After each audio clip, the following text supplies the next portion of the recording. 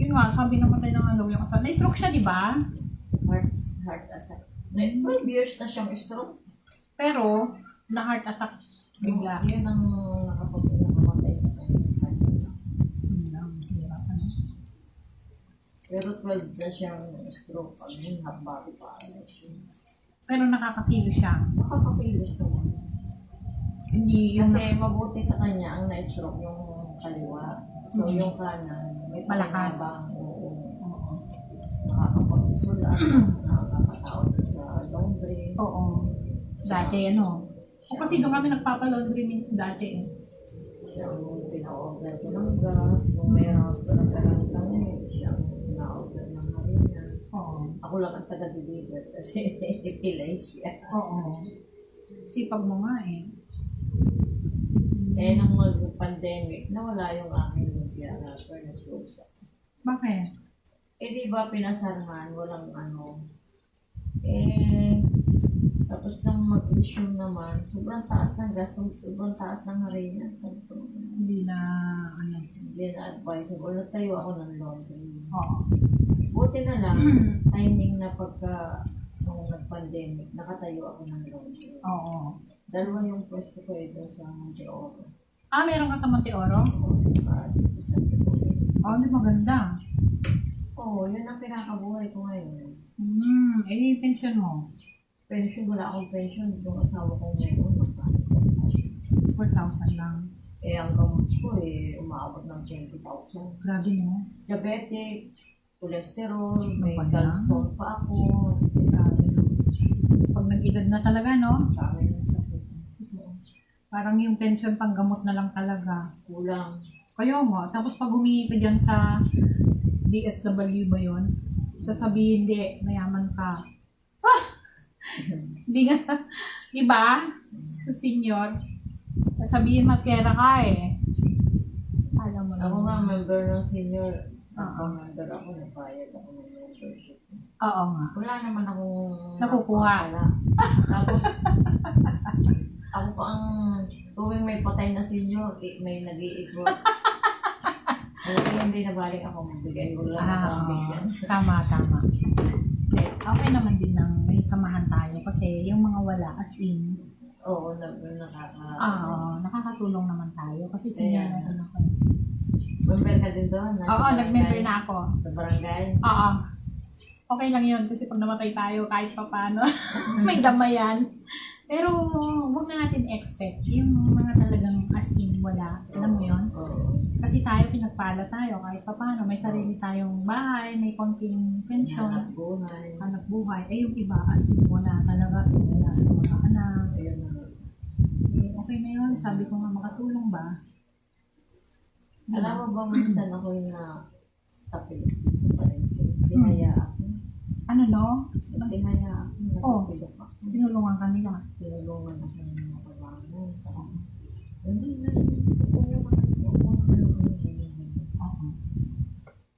Tapos ang sakit ng paa ako. Sabi niya, na sinong kasama niya? Sabi ko, wala. Namimili lang ako kung sa ospital. Ay, magpasambura lang kayo, Nay. Sabi niya, mga mag-try dun sa paa na pinantay. Oo. Di ba? Ano kayo? Magpasambura lang kayo. Sabi ko, wala naman susundo sa akin. Ano yung mga kaya ko naman, nakamotor ako. Ha? Nakamotor pa kayo? Sabi ko, oo, may motor ako, pero may signal yun. Kaya mas okay nga yun doon dahil hindi ako aapak. Sabi ko gano'n. Nakarating naman ako sa bahay. Tapos itong ako ko, dumating galing sa school. Nagkukwento yung sa mama niya. Sabi niya, meron daw matandang natumba doon sa may pahin. Ikaw pala yun? Ako pala yun. Sino daw nagsabi? Pinag-uusapan daw doon sa jeep. Oh, ikaw pala yun. Sabi ko, hala. Sabi ko, gano'n. Alam mo, magdamag akong hindi nakakatulog. Bakit? Isip na isip ako, paano kaya? Di ba? Yung pagkatumba ko na dumako ang ulo ko, nakalimot na ako, o Grabe, no? na-disgrasya ako, na-hospital ako, ano. Grabe, no? Wala ako. isip na isip ako sa gabi, hindi ako makatulog ng gabi yun. Bangon ako. Alam mo ba ang ginawa ko? Naggawa ako ng last will and testament. Ala! Gumanong ka na? Naggawa ako ng last will. Sabi ko, ay, dapat ka na talaga nakahanda. Sabi ko. Gumawa ka na? Gumawa na ako. Inisa-isa binigyan ko. Pinaghati-hati ko na yung sa mga Ilan ba anak ko. mo? 3. Ang tama. Eh, yung paano yung titulo ng bahay mo? Yung bahay ko, tinransfer ko na kay Weng. At transfer mo na. Alam mo kung bakit? Pag naka 1 year sorry. na patay, magbabayad ako ng estate tax. Pero di ba sabi nila, mas mura daw kapag ka, binili nila, parang ganun. Donor. O donor, di ba? Donor, oo. So, anong ginawa mo? Donor, pinapirma ko yung, ako sa abogado, pinapirma yung dalawa na okay sa kanila na pangalan na ko. Mas maliit ang tax. Mas din ako ng 65,000 Pero ito sa muna, pagpapatransfer. gusto ko din malaman yan, sabi ko. Oo naman. Di ba? Oo. Siyempre mag-away-away sila pag mawala. Yun na nga. Kasi, binigyan ko na sila Kanya-kanya ng na. kanya-kanya equally. Oo. Ganun. Dapat no? Kanina itong note ko sa Anyela, kanina itong... yung isa kong anak ay nasa Surigao. Nagtayo doon ng clinic, radiology clinic, kasi tapos yun ng Radtech. Okay. Oo, yung sinuportahan ko siya makapagtayo ng clinic. Kumbaga ikaw yung financer. Oo, ako ang financier niya. Okay naman, binibigyan ako ng 20% sa net income. At least may tinatanggap ako sa kanya. Oo. Pero tika muna, yung pag ng titulo ng bahay, paano yung ginawa mo? I-donor? Donor, oo. Kasi Hindi nga, pwede ang sale. Mas malaki. pwede rin naman. Pero parang mas malaki. Ano ba? Paano ba? Ewan ko lang kasi, kasi yung donor, agreement yun. Payag yung mga kapatid kasi donor tax ang babayaran. Kung ibebenta mo sa isa sa mga anak mo, Parang benta lang. Pero wala naman benta ang tawag. yun na nga, oo, kahit ba... Para lang sa tax natin ba? Oo. Ano tingin mo? Mas maganda. Sa akin, mas maganda yung pag-usapan kung kanino mapupunta kasi Para alam nila. magkakapatid sila. Mamaya, magkaroon ng sasabihin, ay, mahal ito ni mama, mahal ito ni ganyan. Saka hindi lang yun. Yung mga asawa ba? Yung mga asawa. Yan. Oo, yung mga asawa.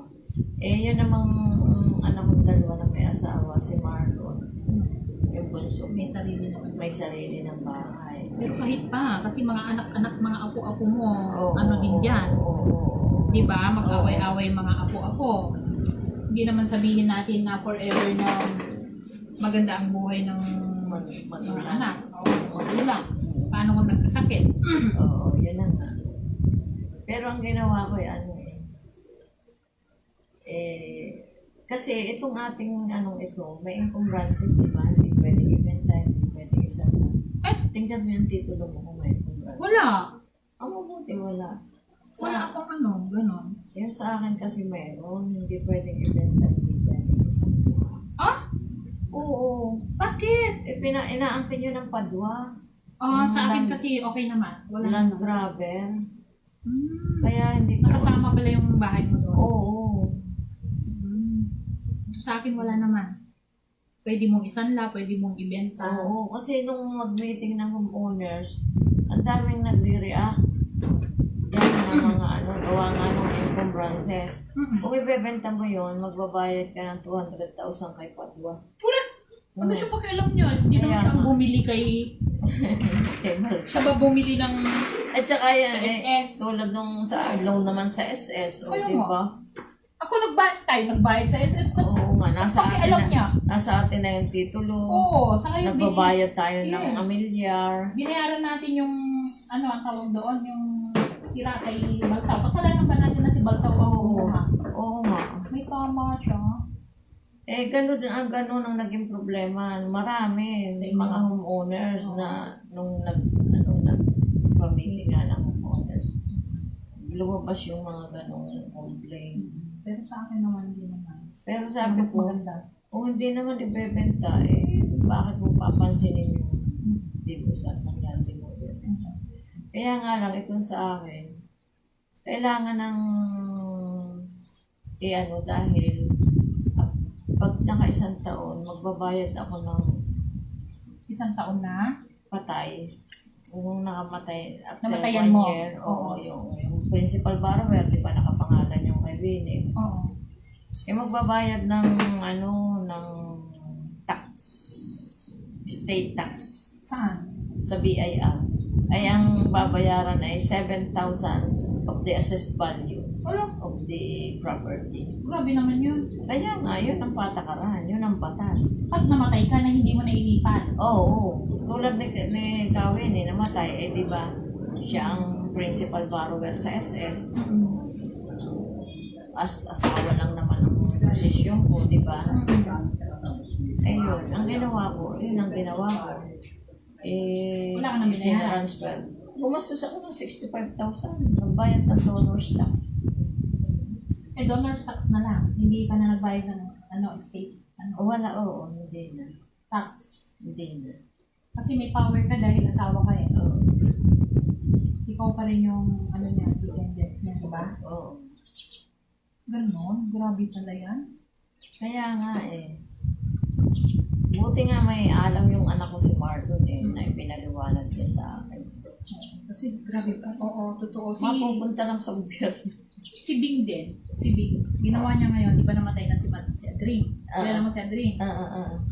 Namatay si Adrien, ginawa niya. Ano ay kinamatay ni Edwin? May cancer pala, hindi nila nakikita. Nung nakita na, malala na. Parang nauna si Winnie namatay kaysa kanya. Yeah. Hindi, pandemic nung namatay eh. Patay. Ano yun? Ginawa ni Bing, yun nga din, para daw sigurado na kasi syempre 3 yung anak niya, baka mag-away-away. Ayun, pinangalan niya na kanya-kanya kasi si Adrien nakabili ng 3 bahay eh. Patigay-tigisa na sila, yung mga Tigisa anak. na. Oo. So, inano niya na, siya ngayon walang bahay, siya nakikitira. Pagpilayas ka niyan. Ako nga sabi ko nung maipatransfer ko yun sa pangalan mo, pwede mo na akong palayasin sa iyo na ang karapatan nito. Kawawa. Aray ko, para naman tayong nito, nagpagod. Iwanan mo rin pala. Pero yun na talaga yun eh. Yun yung laundry ko. Yung laundry yun sa tabi ng bahay ko. Mm. Yun nakapangalan yung kay Weng kasi siyang nag-loan sa SS. Noon. Noon, oo.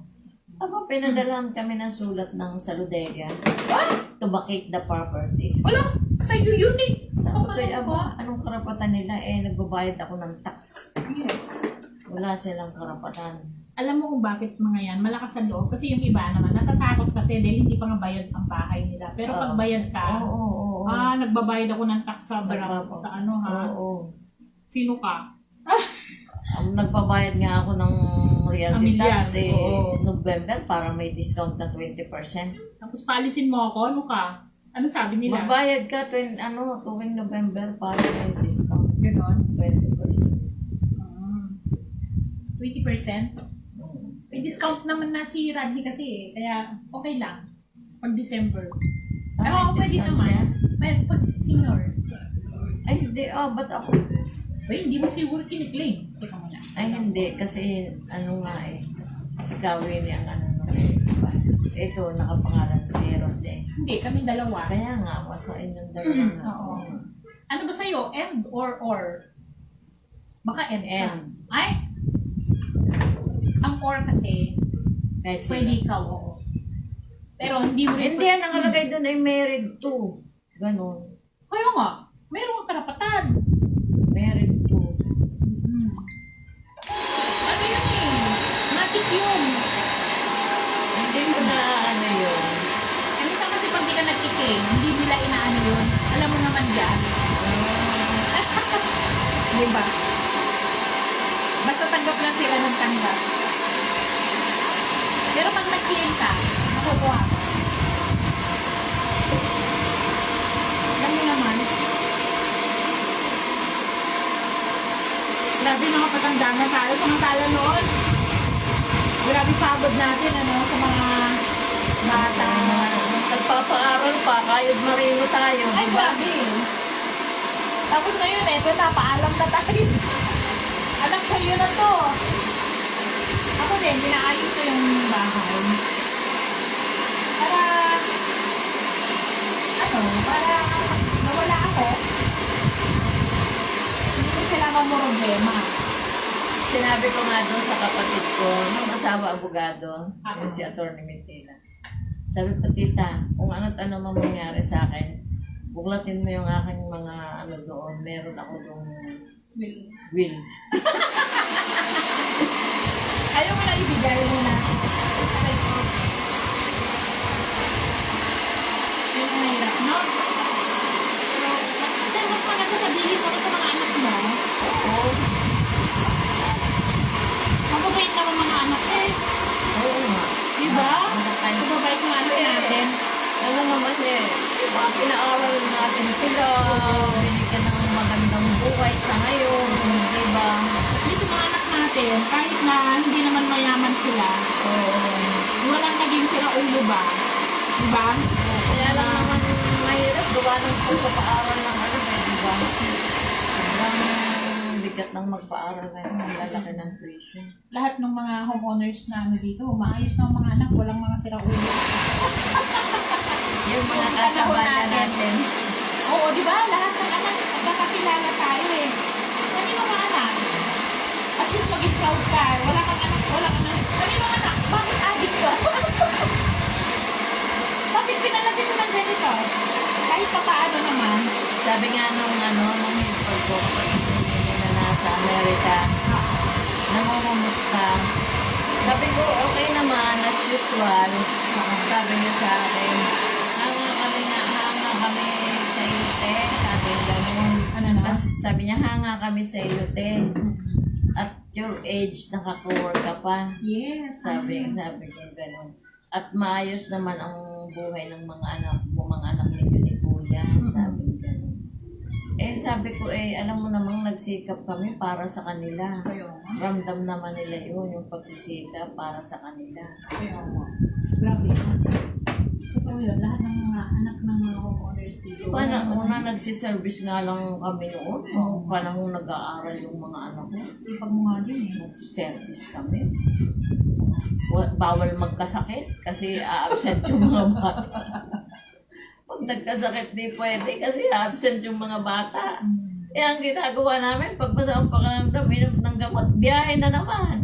Tapos, may prepare na ako ng pagkain, pananghalian, dala ko sa sasakyan kung saan kami abutin at tanghalian, doon kami kakain. Kaya nga, lahat tayo, nag-ano talaga. Mga nanay. At least, tumanda tayo kahit pa paano, hindi naman. Oo, relax tayo. Hindi yung Diba? sabihin na yung mga anak mo ay nakadepende pa sa iyo. Umiiyak ka na, mamamatay ka na lang, iniiyakan mo yung mga anak mo. Oo. Anong gagawin At least independent na sila. Hindi mo na kailangang... May kailangan na silang buhay. Unti-unti lang. Gagawa na rin pala ako ng... Sino may ari ng gunting? Yun lang ang kaya ko ipamana. Aray ko. Sino may ari ng clipper? Oh. Sino may ari ng saloon? Siyempre, marunong, di Yung ba? marunong, syempre. Bahala kayo, sabihin. Yung kita, magkano hati? Ano ba yun? Ano ba yun?